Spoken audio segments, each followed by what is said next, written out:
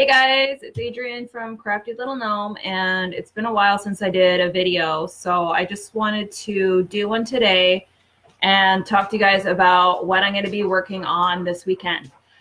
So I sent an email out earlier this week to those of you who are on my list, and I posted it in the group too, just talking about what you need to do to get ready for Christmas and why you need to do it now.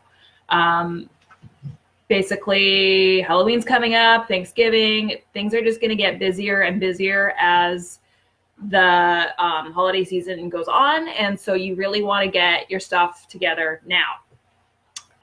What I am doing this weekend is I'm going through all of my listings and I'm updating everything that isn't performing well. I've been on Etsy for 9 years almost. And so I have a lot of old listings that honestly haven't been updated in a couple of years, and it's just because I don't like doing it. I have been procrastinating and I hate it. I hate making new listings and I hate updating them, and it's something I don't like, which is something I've been putting off, and I really need to get my act together this year. So what I've been doing is I have logged into my Etsy site, and if you have a different website that you're on, if you're not on Etsy, if you're on Amazon, if you have your own website, you can do this too. But what I'm going to be talking about is specific to Etsy, but you can apply it to your own website. So I'm going through my listings and I'm checking to see what hasn't sold in the last 90 days. And anything that hasn't sold in 90 days, I am going through and I am deactivating them. And if you are not on Etsy, what you would want to be doing is going to your Google Analytics and checking there. And if you don't have Google Analytics for your website, you need to do that right now. Go to googleanalytics.com and get yourself set up. That's a must-have if you have your own website. So I'm going through all of my listings. I'm checking to see what hasn't sold, and I am deactivating them. And anything that I have on auto renew, I'm taking that off. Normally for new items that I'm adding, I don't do auto renew, but I have some old ones and I've just been lazy and not taking that off. The reason I don't like it is just because, in my opinion, if something hasn't sold in the 4 months that your listing is active for when you pay for the 20 cents to list it, if it hasn't sold in that time, then you need to change things. You need to change your description, your keywords, your photos, something. So I'm taking that off of everything.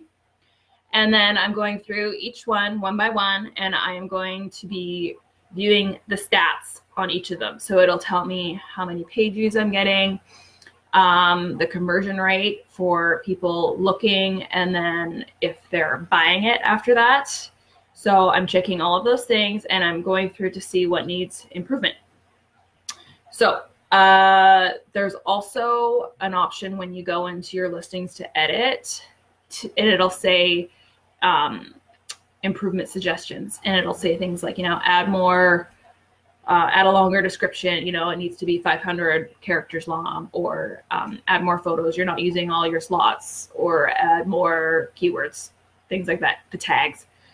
So that's what I do first. And then I am going to go to a site called Etsy Rank. And Etsy Rank has a free version and a paid version. Right now I'm just using the free version. And you can go through and you can search your keywords. So I might search, turquoise necklace, and I'll see what comes up as the most searched for keywords on Etsy. I'm going to copy down all those keywords. So it might say something like turquoise necklace, or authentic stone necklace, gemstone necklace, wire wrap necklace, things like that. So I'm just going to write down everything that it says coming up as the keywords for that. So the paid version has a lot more options, and you can go more in depth and check out competition and things like that. And I think it's $19 a month. Eventually I will get that, but I just don't want to spend money on it right now. So I'm just using the free, and that's fine. So after you've decided you've got a list of keywords, you're going to go to Etsy, just the regular homepage, and you're going to type in one of your keywords. So I would type in like turquoise necklace, and I'm going to see what comes up. And I'm going to look at all of those top listings, top 5 or 10, and I'm going to see what they have going on, what kind of photos they have, what their description says. And I'm going to make notes on how I can improve that listing, my listing for turquoise necklace, and make it better than everybody else's.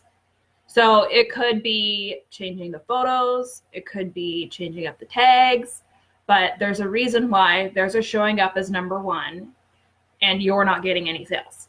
So you want to learn from what they're doing, and you want to make notes about what they do that you can do better. After I am doing that, I'm going to go back to my listing and I'm going to start updating. So I'm going to start changing up my keywords, changing up the title. And you want to use those keywords that people are searching in your title, in your description, everywhere you can, in the tags. And something to note is that you want to fill in every bit of information that you possibly can. So you want to use the necklace length, the necklace material, all of the shipping costs. And there's places for those in Etsy when you're going through and creating your listing. You want to put in variations, color, style, fill in everything that you can, because from what I can tell, Etsy search is trying to sort of emulate how Google searches. And when Google searches, what they want to be doing, when Google tries to find your items in their search engine, they want to show their users the most helpful, the most relevant, and what has the most information. So you want to be doing that with Etsy too. You want to provide as much information about your product as you possibly can. With that said, I always say the most important thing ever with online sales is your photos. And if your photos suck, nothing else you do is going to matter. So you really need to, if your photos don't look great, you need to retake them. And you need to use as many slots as you can. I think there's room for 10 now. There used to only be 5, so I have to take a lot more photos and edit them and make them look nice. Let's see. Oh, another thing to touch on is when you're looking at your competitors' products, you want to look at the pricing. So if I'm looking at turquoise necklace and mine costs $30, and everybody else's cost $19, it's something to take into consideration. However, it doesn't necessarily mean that you should lower your cost or your price. So the thing with pricing is that you should be selling your items for as much as you can that people will still buy them. So what I mean by that is if I sell something for $30 and everybody else sells it for $20, they're going to look at mine and ask, why is mine more expensive? And so you want to convey in your photos and your descriptions that the quality is better and that it's worth that extra $10. So if other people have theirs for really cheap, people are going to think that the product is cheap. And so you don't necessarily want to lower your price just because everybody else is cheaper. Because somebody else who's looking for a nice special gift for someone might see the necklace and say, well, my budget's $30. That necklace is better than the other one, so that's the one I'm going to buy. Another thing I do with my prices, this is kind of off topic, but so I'll list something for, let's say, a necklace for $10. And if it sells, I'll list it for $11. I'll renew it and I'll increase the price. And every time I sell it, I'll increase the price just a little bit until I notice that the sales start slowing down. And that when you get to the point where it's too high and people don't want to buy it anymore, then you just lower it a little bit. And that'll help you find what your product is actually worth. Because as far as I'm concerned, and this is something that I learned in my business class a couple years ago, is that it doesn't matter what you want to sell something for. The only thing that matters is what people will pay. So nobody cares that I want to sell this necklace for $30. It doesn't matter. The only thing that matters is that if people will look at it and think that is worth their money. So just something to take into consideration. And that's what I'm going to be doing this weekend. I'm going through everything.